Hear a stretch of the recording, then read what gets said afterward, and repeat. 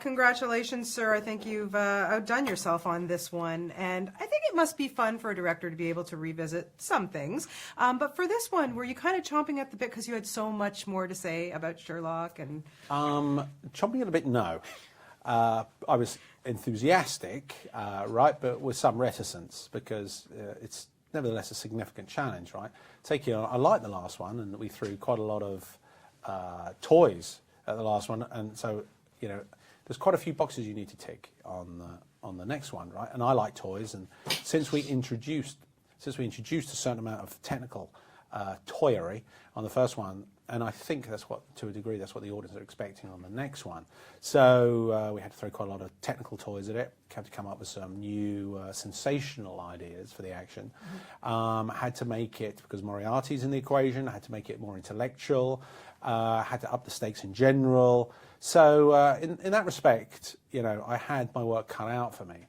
So that's why I wasn't chewing a bit. okay, but you did a fantastic job, really. You really stepped very it kind up of you to say so. You're quite welcome. And I just wonder for you as a director to still watch somebody, you know, like Robert Downey Jr. and Jude Law do what they do. I mean, those two were even better than they were in the first one, and I thought they were spectacular in the first one. What's it like for you to work with these guys? Well, because they've slept with one another now, we've got a lot of issues out the way.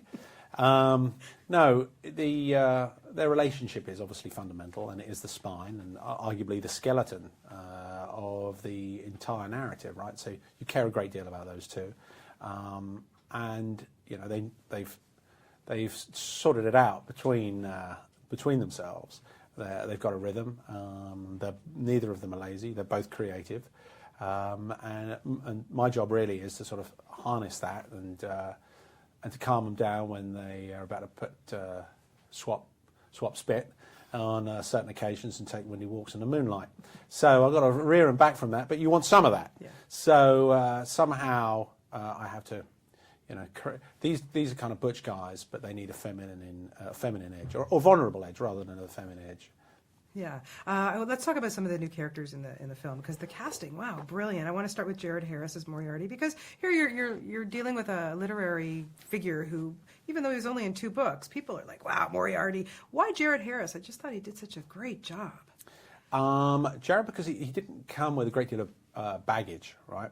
So there was an advantage to that, and plus he's a very good actor, and he's also very smart.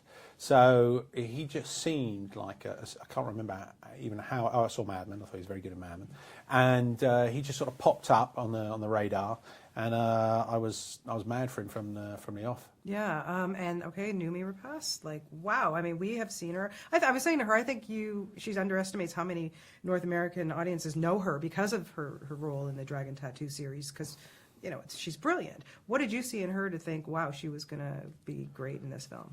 That.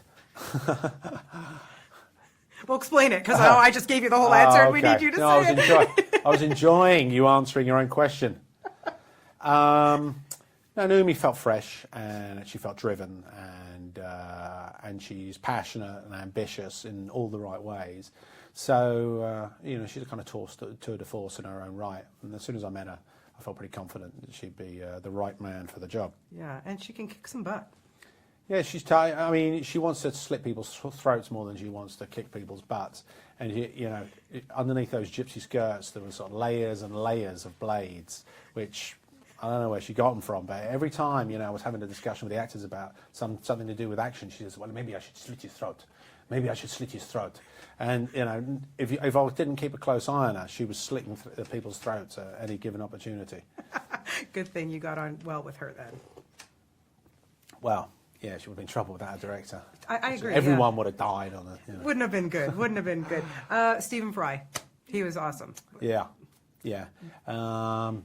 Heavyweight intellectual, very capable. In another day or another movie, he would have been Sherlock or Moriarty. Intimidating until you take his clothes off. Well said. And even then, he's quite intimidating.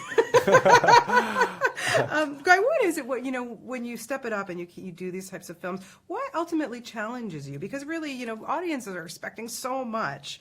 Do you have to think about that? And you know, yeah, you do. I can't spend too much time thinking about that, otherwise I'll be too intimidated to go to work. So It's a question of, by the way, I like the job, I like the challenge, I like the fact that there are other people that are good at this job, and then you realise you can't get lazy, and filmmaking changes, and the style of directing changes, the palette of the audience changes. So it's an ongoing, it's a job that shifts. They're moving sands in this job, moving creative sands, and my job is really to try and either keep up with those or create new waves in sand waves. I'm getting into metaphors of waves and sand. I don't know how I got there, but you know what I mean. I totally know what you mean. You know, I've not missed one of your films. You really are truly one of my favorite filmmakers. And I want to ask you, what was the movie? You said that at the beginning. I would have. But you should have remembered from the last few times I've spoken to you, my friend. But no, seriously, I just wanted to know, what was the movie that you saw, or something that struck you that made you want to be the filmmaker that you are today? I've got a rather cliched answer. It's a boring answer, but I've been saying it for years, and I can't help it. It's pertinent to this. Because I was probably 8 or 6 or something like that when I saw Butch Cassidy and the Sundance Kid with my mum, and I remember my mum thinking, my mum liked it, and I was thinking, well, how can she like it? Because I like it, and it was this kind of quasi-Western bromance, tough but witty, didn't take itself too seriously. But wasn't smug in the slightest. The guy's like, the greatest conspiracy of actors that I can remember, and I found that very influential, and no small part that's influenced the way these two old queens behaved toward one another. Absolutely. So what are you going to give us next? There's been so much chatter about a rock and roll sequel. Are we going to see that? I'd love to do a rock and roll sequel. I just want to make lots of money. So we have to find out who's going to pay me the most, and then we'll work from there. That sounds good. That sounds good. And you've That's not strictly true. I understand. But you also have a production company that you formed with Lionel Wigram, who, of course, you've worked on Sherlock. What are we going to see from that? Yeah, I mean, Lionel and I are of a similar age, I speak for the youth in us. Lionel and I are very keen to work. We've made enough movies to feel as though we're a period in our career that we're clear about what it is that we want. And we have... we're kind of driven at this stage. We work together on a couple of movies now, and we've got a few more in the pipeline. Exactly which one manifests first, I'm not sure, but I'm excited by it. I like having a partner. I like having a partner that we are looking in the same direction. We're very keen about what it is that we're very sure about what it is that we want to do at present. Of course, that may change, but no, I feel a great deal of enthusiasm about that, and it's good to have a partner in this game, I think. Absolutely. Well, keep up the great work. You've done such a good one, and I hope we see a number 3. You really left us with... Tell you what, let me say something about Joel, because Joel, I haven't said anything about Joel, and it'd be nice to say something about Joel. And this is something to do with Warner Brothers? Go ahead. Yes, okay. yes, go ahead. Yeah, so it's great to have partners. Joel Silver's been a fantastic producer on this one. He has done nothing other than bring the team together and focus the team. And he really has, sometimes you wonder what producers are there for, and sometimes it's very conspicuous as to why they're there. But Susan and Joel, obviously Lionel, but Joel really was a sort of powerhouse of enthusiasm, and he did a great job at sort of bringing us all together on this one. Well, he's a man you want to stick with, that's for sure. Yeah. You've done a great job again. Thank you so much, and always a pleasure to talk to you guys. Thank you very much indeed. Thank you. It was very kind of you to say all those things.